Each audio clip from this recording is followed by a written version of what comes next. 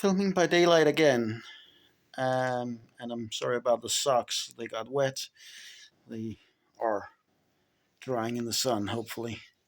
But I wanted to continue the whole genre bit and talk about what genre is actually used for, what the point of it is, whether it's world genre, plot genre, style genre, or, for lack of a better term, any meta genre. Shire. Well, anyway, the point of a genre, no matter what it is to have a set of recognizable tropes. You do not have many westerns that do not have some kind of a shootout. You do not have many fantasy movies that do not have some kind of hero, usually very buff dude, who has to fight in close combat with someone connected to the darkness or evil, and so on. There are things that people expect from a story when they know or believe that it is a certain genre. And the trick to a lot of writing or other creative endeavors is to know when to play into those tropes and when to subvert them. Because if you do not subvert any tropes at all, you will be creating a cliche, very boring, very generic story. You will get the sci fi story that is basically just a watered down version of Star Wars or any other big sci fi story. You'll get the run of the mill cyberpunk story that says nothing, does nothing, adds nothing, and so on. But if you subvert too many things, then you start diverting from the genre, and you might as well just not use the genre and instead maybe design a whole new genre, or you just get something that is complete chaos. And some people like it when things are complete chaos. They can be inspiring. Some people like it if they get a totally generic story in a genre they like. Maybe it's comfort food, so to speak. But most people are somewhere in between. Some like a little subversion just to be kept on their toes. Some like a lot of subversion just to feel that they're experiencing something new, and some are very much in the middle, the perfect center, if there is such a thing, of balance between subversion and trope adherence. So that's basically how you use genre. The trick to doing it then in practice is to know what those tropes are. And that's where you will sometimes find an area of debate, in part because of the whole subversion thing. Some people will think that spaceships are an inherent part of sci fi. Some people will say, no, you can do completely without spaceship, not just not mention spaceships, but not have spaceships at all. Maybe you have teleporters, maybe you don't even have people going from planet to planet, or at least not anymore. Maybe spaceships were abolished, maybe they were never really there, but people were scattered across planets in other ways. Maybe they are only on one planet. There are 1,000 different ways to do sci fi without spaceships. But is it still sci fi? That is the question. Are spaceships really one of the tropes of sci fi?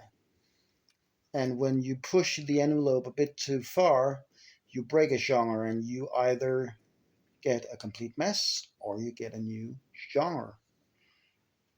One such example would be cyberpunk, which is hello, that's Rocky. Cyberpunk is technically sci-fi. It is science fiction. It is very heavily science. and very heavily fiction. Cyberpunk, for those who are not initiated, is a fairly close futuristic sci-fi, maybe 50 years ahead, maybe a little less, maybe a little more, where the world is basically run by mega corporations and people modify their bodies and sometimes even their brains. Technology is at an all-time high, but quality of life for the most people is at an all-time low, with a great divide between the haves and the have-nots, the powerful and the powerless. It is a very broken, very radicalized society. And it has no real connection to spaceships. Most stories that are cyberpunk or lean cyberpunk do not even include spaceships at all. If they do, it's usually a brief mention about some colonies on nearby planets, nothing about great big interstellar empires. And a lot of the technology is very ethically and philosophically challenging. And a lot of the stories are more about the gap between those with power and those without power, and sometimes those who look like they either have or don't have power, but the truth is the opposite. It's a very dirty, very dark, hello, Rocky, very dirty, very dark genre. And if you call that sci fi to someone who's used to Star Wars or Star Trek or other such space science fiction versions of sci fi, they will not recognize it. They may even think of it as more of a contemporary thing because sadly, cyberpunk is becoming more and more the truth every day with huge corporations and such and dehumanizing technology. So instead of just being lumped in with sci fi and being considered a twist or a subversion, cyberpunk became its own thing. The same can be said for post apocalyptic fiction, which is technically, at least usually, also sci fi. It is a scientifically changed environment, but it's after a disaster, so it's not like high tech sci fi, at least not usually. It's more of a survival sci fi and scrounging up and improvising and such, and very much about isolation, isolated communities, and none of the whole technological fix that you see in things like especially Star Trek. So it became its own genre. Instead of just saying it's in the future, there is some technology involved, so it's sci fi. It became post apocalyptic. And that is perhaps the core of genre. Finding out what belongs in a genre, and if you cannot figure out what belongs in a genre, maybe you are in another genre, maybe a new one, maybe another one that you didn't even think of. Maybe you thought you were writing cyberpunk, but you find out that you're actually doing post-apocalyptic, or maybe it's a mix-up of the two genres. Hybrid genres are a dime a dozen. There are tons of them. Post-apocalyptic space sci-fi with planets torn apart by war, and maybe people traveling in space are the only way to really get a sense that there is anything other than destruction. Or fantasy cyberpunk, where it's not technology but all kinds of brutal uses of magic that change society. Fusion and hybrids genres are a fairly popular thing amongst fans of genre fiction. And the idea of combining genres is so popular that sometimes it's not about telling a story and building the genre around it, but building a new genre just for the kicks, trying to see what happens if you mash up two different genres. One example that comes from that was the mashup of historical fiction, Victorian England mainly, as far as I know, and cyberpunk, which meant that technology was a very different thing and society was a very different thing, but it was still built along the cyberpunk lines. So you have rich aristocrats and new rich industrialists as the upper echelons of society, with the working classes at the bottom. And technology is extremely advanced, but not the same sleek, deadly kind that Cyberpunk has. Instead, it's big, clumsy, and often overly complicated. And you have a new genre that is basically a fusion of others. So when you do a genre, find out what the tropes of the genre are, find out how many you want to adhere to, how many you want to ignore, and how many you want to outright subvert. Let's take an example. Let's, for example, take traditional post apocalyptic fiction. The idea is that something broke society, and now everybody's just struggling to rebuild. There's a lot of banditry, that's one trope. There's a lot of isolation, that's another trope. There is a lot of improvised, often clunky technology, that's another trope.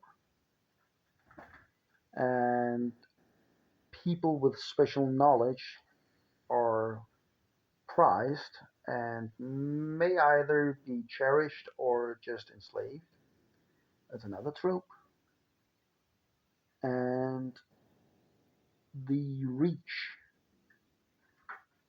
of most people is very small. Most people don't travel far in their lifetimes because travel is not as easy. That's another trope. So, which trope can we subvert? There are other tropes, but we will ignore those. Now we need something that we can outright subvert. Let's subvert the isolation thing, the thing about there being such distances between places and people don't travel much. Let's say that the one thing that did survive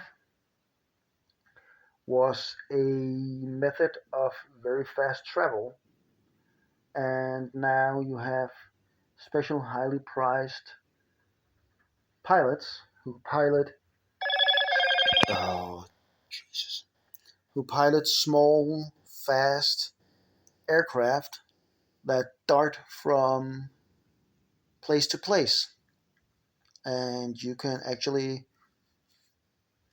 go from place to place. It's not like public transportation today, but if you need to, you can go to a very different place very fast and fairly easily. It might be costly or it might be prohibited. There may be rules in different settlements about who can and who cannot use it, but in theory, anyone can get from a major settlement to another major settlement, even if it's far away. How would that affect stories set in that world? Well, ideas would be spreading more. There would be more unusual things found in any settlement because something from another settlement can be brought there, even if it's not a constant flow of goods from other settlements, things do get through. So you have a more mixed bag of settlements. Each settlement likely has a lot of touches from other settlements, but they're still unique because they are still isolated. It's not mass distribution like we have today. But you do have, you may call it contaminants. In fact, some may consider them contaminants and not want to have their settlement be part of this network of transportation. And like that, you have, well, it's subjective, all of it, but I would say you have an interesting new look at an existing genre. Simply by taking one genre, knowing its tropes, and picking just a single one to subvert. Those are the basics of using genre to build a more interesting story. And we'll keep it under 20 minutes, so we'll cut it here.